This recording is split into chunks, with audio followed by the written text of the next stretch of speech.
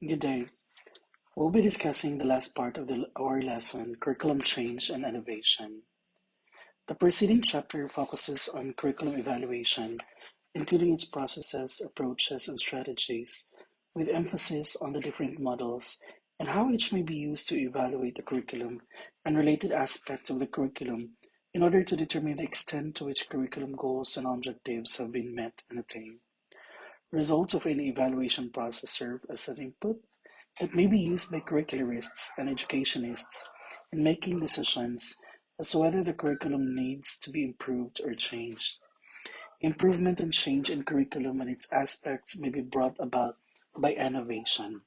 Here are the different intended learning outcomes. At the end of this chapter, students are expected to draw specific parameters to distinguish change from innovation in terms of curriculum, justify the need for either change or innovation on matters pertaining to curriculum, strategize change and innovation in school curriculum. It's time to change is a popular statement among people who believe that stagnation has no place in education. Human beings and other living things, for that matter, undergo the process of growth and development, both of which carry with it the changes or change as a result of the two processes. Growth results to change which is quantitative in nature, while development yields changes which are qualitative in nature. The major thrust of education is anchored in human development, which implies that the very purpose of any educational program is to produce individuals strongly equipped with desirable knowledge, skills, and attitudes, thus making them responsible, efficient, effective, productive, and transformative citizens, always ready to contribute themselves to the development efforts of their respective community, the country, and the world. A country's framework for development recognizes education as an important vehicle in achieving its developmental goals and objectives. Hence, it is imperative that education is delivered to the clients through a curriculum that strongly adheres to the principles of human development. It should be a curriculum that is abreast with the changing needs and interests of people and society. It is within this understanding that a curriculum must undergo change in response to the changing landscape of the country's development that will require people to possess educational experiences that are congruent and parallel with educational reforms. So, what is change in the context of curriculum? What is innovation in terms of change? How do we know if change comes as a result of innovation? Is it possible to have change without innovation? What is the relationship between change and innovation? So those are the different questions that will be answered along the way or along the course of this discussion. The word change may be defined as a process of embracing the concepts of innovation, development, renewal, and improvement of a curriculum according to Hall 1995. In the context of curriculum, change comes as a result of changes in the economic, social, and technological aspects of society that occur within a definite time frame, according to University of Zimbabwe 1995. The word innovation is the introduction of something new and as a new idea, method, or device, according to Merriam-Webster's Dictionary 1995. Harris et al., the University of Zimbabwe 1995, describes innovation as an intentional and deliberate process to bring out desired effects and change. Often, it is used to describe solutions to problems which represent a change or departure from current practice, as opposed to progressive improvements within an existing framework, according to Klaus 1969. The Annual Review of Applied Linguistics defines curriculum innovation as deliberate actions aimed at improving learning environment through a method of presenting materials to students that involves human interaction, hands-on activities, and student feedback. This clearly implies that innovation may be strategy involved in changes. Curriculum innovation, in this particular case, may present different ideas or practices compared with those that are found in formal prescribed curriculum. Similarly, it appears that any improvement that is made deliberate, measurable, long-lasting in impact, and is not likely to exist frequently may be associated with curriculum innovation, which may involve the creation, selection, organization, and utilization of human, material, and technological resources in a manner that produces higher achievement in curriculum goals and objectives according to University of Zimbabwe of 1995. Just like any educational program, it is imperative that any curriculum innovation be well planned and organized and thus result to a meaningful and effective change. Now, let's try to look at the different classification of change. Change may be classified as either software or hardware change according to Commonwealth of Learning 2000. Changes that are software in nature refer to those that have something to do with a range of change in the content of the curriculum itself, such as the scope and sequence of the topics, the activities that accompany the subject matter, and even those changes that affect curriculum content in terms of its depth and breadth. On the other hand, hardware change pertains to changes made by additions of facilities, including classrooms, laboratories, equipment, books, and other library materials, and even playgrounds or physical education facilities, which are all in support to software change. Now, let's try to look at the differing change. Now, we have here change may occur in any of the following forms, according to University of Zimbabwe, 1995. The first one is substitution. Substitution is the replacement of one particular element of curriculum, be it a process or product, with another one previously in use, such as new curriculum guide, new instructional plan, new instructional materials, or replacement of teachers and administrators, and that is substitution. Now, the other one is what we call alteration. This pertains to change in current curriculum structure rather than a replacement of the whole curriculum course plan, syllabus, or your instructional plans. If we're going to look at, we are just talking about the structure of your curriculum rather than any replacement of the whole curriculum. The other one is what we call addition. So this is the introduction of a new element without necessarily changing or removing existing elements or components. This may comprise added features that may help enhance the structure and content of the prescribed curriculum. So like for example, aside from using this kind of strategy, you are adding different strategies to be used, for these particular topics, just to make sure that topics will be more presented, and then it will increase perhaps the conceptual understanding, even the retention level of the students when it comes to that specific topic, and that is addition. The other one is what we call restructuring. This requires a rearrangement of the curriculum structure or content that may give way to certain change and innovative efforts. It may also involve resource sharing among a group of schools or institutions that may have common concerns and issues as regards to current curriculum requirements. The other one is what we call the perturbations. The word perturbations here, this kind of change is actually considered to be disruptive, but teachers have to adjust to them within a fairly short time.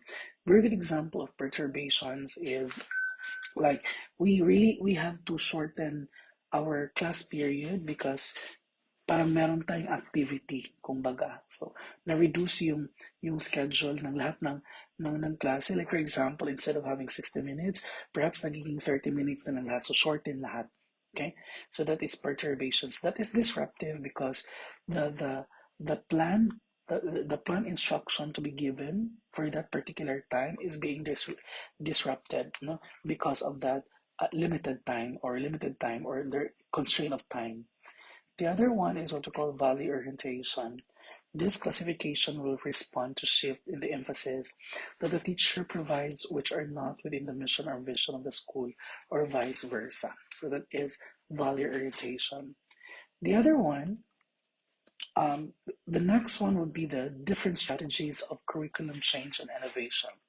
According to Harris et al., the extent to which change and innovation in implementing curriculum succeed depend upon how they have been carefully planned, taking into account certain workable strategies that someone would assure that such change and innovation to adopt specific planned procedures, together with appropriate approaches and techniques that may be employed in the quest for change. According to Harris et al. 1978, as cited in Curriculum Implementation of University of Zimbabwe 1995, developed certain models in strategizing to effect curriculum change and innovation. The first one is termed as strategies. No? Sa strategies, meron tayong apat. We have participative problem solving. We also have here um, the planned linkage.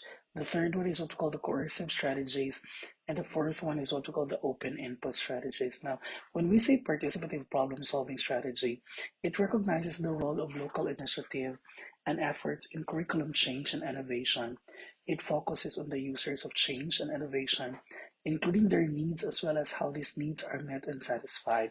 So for us to identify the needs, no, of this group of people, needs identification and analysis constitute basic approaches in employing this strategy, leading to the users themselves in finding a solution, trying it out and evaluating if such solution, once implemented, actually serve its purpose and meeting the required change and innovation. So that is participative problem solving strategy. The other one is what we call plan linkage. This kind of strategy allows the use of what is called intermediate agencies, such as schools that bring together the users of the innovation. Linkages among these users are established, and they themselves collaborate in planning on how such innovation may be adopted towards a more effective implementation of the curriculum in their respective schools. So this is now between different institutions sharing resources to uh, to make sure that the implementation of curriculum is effective. The other one is what we call coercive strategies. This one is very literal. Now, we're actually using the word coercive here. So these are the strategies that are commonly used by education agencies like the Department of Education in the case of the Philippines. Strategizing for curriculum change and innovation means the use of laws, decrees, memoranda, circulars, orders, and other similar or related documents which authorities resort to in dealing with the implementation of curriculum change and innovation efforts. Coercive doesn't necessarily mean by force, but rather it means in accordance with existing provisions as spelled out in legal documents. So here, the implementation of curriculum change and innovation is actually dictated by a certain group of agencies, like for example, Department of Education, for the case of the basic education, and for higher education, we also have here Commission on Higher Education. The last one is what we call the open input strategies. As the term implies, these are sets of approaches to curriculum change and innovation that make use of ideas and resources from practically all forms or kinds of sources, thus making this strategy flexible, open, and pragmatic. The other one is what we call models. No? So the next strategies for curriculum change and innovation is what we call models. There are three principal models illustrating how change takes place in curriculum. Were outlined by Tanner and Tanner, 1980, as cited in Curriculum Implementation in University of Zimbabwe in 1995. The first one is the Research, Development, and Diffusion model. The second one is what we call the problem-solving model. And the last one is what we call the social interaction model. The research development and diffusion model, the process of change, which is conceptualized at the head or center, are viewed as a rational sequence of phases in which an innovation, so number one, invented or discovered, number two, developed, number three, produced, and number four, disseminated to the user. So if we're going to look at the enumerated terms there are actually The model itself, this particular model, research development and diffusion. So the dissemination is actually the diffusion word there. The next one is what we call a problem solving model built around the user of innovation and change. This model observes the following steps. First one is to determine the problem. Second, search for innovation. Third step, evaluate the trials. And the last step is to implement the innovation. That is, problem solving model. The last type of model is a social interaction model, stressing the importance of interpersonal networks of information, opinion, leadership, and personal contact. This model describes change as one that proceeds or diffuses through formal and informal contacts between interacting social groups. Today, social media technology may be used as potent venue for exchange of views and opinions regarding efforts and initiatives towards making the curriculum a more relevant and responsive one to the changing educational requirements. It is based on the following: 1. Awareness of innovation. 2. Interest in the innovation. 3. Trial. And the last one is the adaptation for permanent use. That is, social interaction model. The last part of this chapter or this discussion is all about planning and implementing change and innovation. Authorities and experts in curriculum development recognize the imperativeness of change and innovation that may possibly happen during curriculum implementation and as a result of curriculum evaluation. However, for such change and innovation efforts to be implemented and executed, certain processes have to be considered in planning for such change implementation in the curriculum. Bishop, 1986, cited in Curriculum Implementation, explains the four factors that are involved in such process to include. First one is the change agent.